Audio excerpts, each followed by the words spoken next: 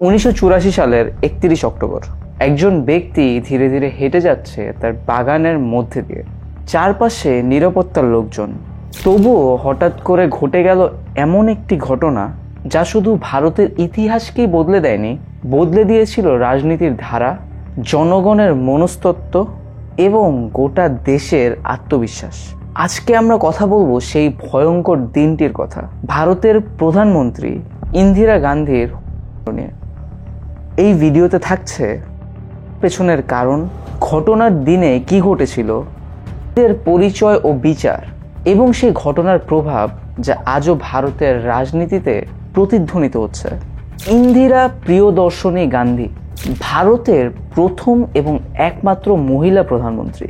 তিনি ছিলেন ভারতের প্রথম প্রধানমন্ত্রী জওহরলাল নেহরুর কন্যা। শক্তিশালী নেতৃত্ব, কড়া সিদ্ধান্ত এবং বিতর্কিত কিছু কর্মকাণ্ডের জন্য সে অনেক জনপ্রিয় ছিল এবং অন্যদিকে ছিলেন সমালোচিত।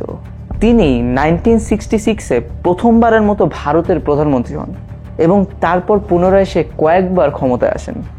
তার পেছনে সবচেয়ে বড় কারণ ছিল অপারেশন ব্লু স্টার।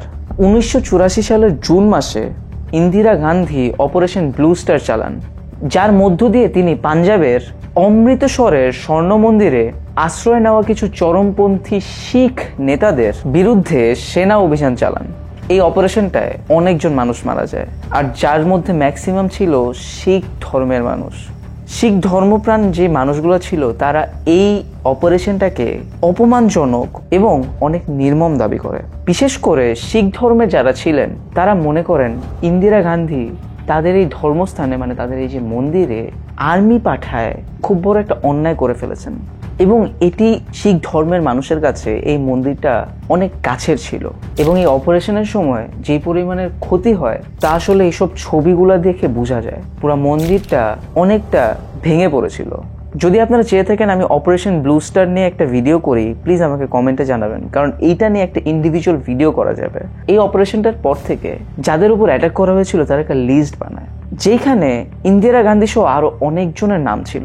মেনলি যারা অপারেশন ব্লু স্টারের সাপোর্টে ছিল তাদের নামগুলো ওই লিস্টে ছিল এবং এই অপারেশনটার পর থেকে আসলে ইন্দিরা গান্ধীর জীবনের উপরে একটা ঝুঁকি ছিল। 31 অক্টোবর 1984 সকাল আনুমানিক 9টা বাজে ইন্দিরা গান্ধীর সেদিনকে একটা ফরেন রিপোর্টারের সাথে একটা ইন্টারভিউ ছিল। ইন্দিরা গান্ধী তার বাড়ি থেকে বের হন। আসলে তার বাসা এবং তার যে অফিস ছিল সেখান থেকে হেঁটেই আসলে যাওয়া যেত। এই দুই জায়গার মাঝখানে একটা সুন্দর গার্ডেন দিয়ে একটা রাস্তা ছিল। সে ডেইলি ওই রাস্তাটাই ইউজ করত বাসা থেকে অফিসে যাওয়ার জন্য। যার সাথে তার ইন্টারভিউ ছিল তার নাম ছিল পিটার ইস্তিনভ, যে ছিলেন একজন ব্রিটিশ অভিনেতা এবং পরিচালক। মেনলি তার সাথেই সাক্ষাৎকার ছিল ইন্দিরা গান্ধীর। যখন সে তার বাসা থেকে বের হয় এবং হাঁটতে হাঁটতে তার সামনে এসে পড়ে বেয়ন্ত সিং, যে অনেক লং টাইম ধরে এই প্রধানমন্ত্রী কার্যালয় এবং বাসার পাহারাদারি করছিল। তার চাকরির বয়স ছিল 10 বছরের মতন এবং সেখানে আরেকজন ব্যক্তি ছিল যার নাম ছিল স্বতন্ত্র সিং এবং এই দুজনই ছিল শিখ ধর্মের। ঠিক যখন ইন্দিরা গান্ধী তাকে নমস্কার জানাচ্ছিলেন তখন বেয়ন্ত সিং হঠাৎ করে সে তার পিস্তল বের করে এবং বের করে 3 রাউন্ড করে এবং তারপরে স্বতন্ত্র সিং তার রাইফেল বের করে 30 বারের বেশি তাকে করে। ইন্দিরা গান্ধীর শরীরে 30টার মতো লাগে এবং তারা করে তাদের অস্ত্র নিচে ফেলে দিয়ে তারা হাঁটু ঘিরে বসে হাত উপরে করে হ্যান্ডস আপ এন্ড বলে, আমরা যা করার সেটা করে দিয়েছি, এখন তোমরা যেটা করতে চাও সেটাই করো।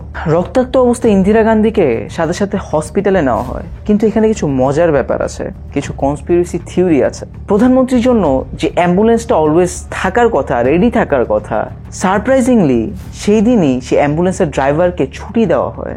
তাকে কোনো রকম একটা গাড়ির মধ্যে নিয়ে তার নিজের পরিবারের লোকরা হসপিটালে নিয়ে যায় এবং আরও সারপ্রাইজিংলি যখন হসপিটালে নেওয়া হয় সেই হসপিটালে কোনো স্ট্রেচার ছিল না। কেন ওই দিনই স্ট্রেচার থাকবে না এটা আসলে বলা যায় না। অনেক চেষ্টা করেও ডাক্তাররা তাকে বাঁচাতে পারেনি। দুপুরের মধ্যেই ঘোষণা করা হয় ইন্দিরা গান্ধী দিয়েছেন এবং এই ঘটনার পরপরই বেয়ন্ত সিংকে অন্য নিরাপত্তা কর্মী এসে হত্যা করে ফেলে। স্বতন্ত্র সিংকে গ্রেফতার করা হয় এবং পরে তাকে বিচারের মুখোমুখি করা হয়। ঘটনার ইনভেস্টিগেশন করার সময় আরেকজনের নাম চলে আসে যার নাম ছিল কেহের সিং। স্বতন্ত্র সিং এবং বেয়ন্ত সিং এটা অনেকদিন ধরেই প্ল্যান করছিল, কারণ শিখদের মন্দিরে যে হামলাটা হয়েছিল এটা তারা আসলে খুব বাজে অপমানজনক হিসেবে দেখছিল। তারা এটা অনেকদিন ধরেই প্ল্যান করে আসছে যে তারা অ্যাটাক করবে। একদিন তারা এই ডিসকাশনের সময় হঠাৎ করে দেখতে পায় একটা ঈগল গাছের উপর বসে আছে, এবং ঈগল তাদের ধর্মে অনেক গাছের ধরা হয়। তারা মনে করে এটাই হচ্ছে একটা মেসেজ। কেহের সিং আসলে এইসব প্ল্যান করতে তাদেরকে হেল্প করে। মেইনলি যত প্ল্যান ছিল এটা ছিল কেহের সিং এর। 1989 স্বতন্ত্র সিং এবং কেহের সিংকে কোর্টে নেওয়া হয় এবং তাদেরকে ফাঁসির আদেশ দেওয়া হয়।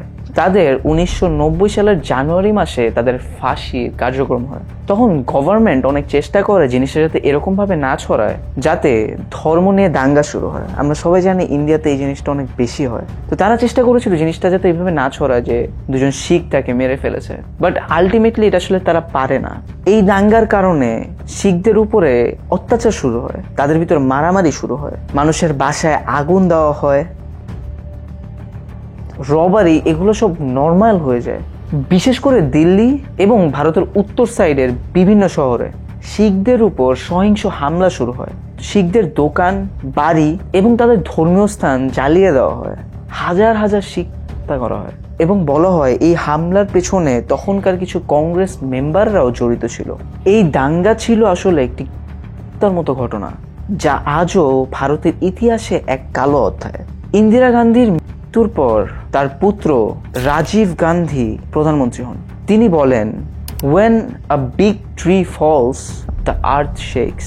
তার এই স্টেটমেন্টটা আসলে অনেক বিতর্ক তৈরি করে, কারণ সবাই মনে করছিল এই স্টেটমেন্টটা দিয়ে সে আরো ঝামেলা বাড়াতে চায়, সে আরো দাঙ্গা বাড়াতে চায়। ইন্দিরা গান্ধীর পরে আসলে গান্ধী পরিবারের যে ক্ষমতা, যে প্রধানমন্ত্রী চালানো বা দেশ চালানো, গভর্নমেন্টসি, তাদের এই ক্ষমতাটা আরো লং টার্ম প্রতিষ্ঠিত হয়। ইন্দিরা গান্ধীর এই কারণ আমাদেরকে কিছু জিনিস শিখায়। ধর্মীয় দাঙ্গা কিভাবে খুব বাজে পরিস্থিতি তৈরি করতে পারে, রাজনৈতিক সিদ্ধান্তের প্রভাব কতটা গভীর হতে পারে। এটি শুধু একটা প্রধানমন্ত্রী ছিল না, এটা একটা দেশের একটা কালো অধ্যায় ছিল।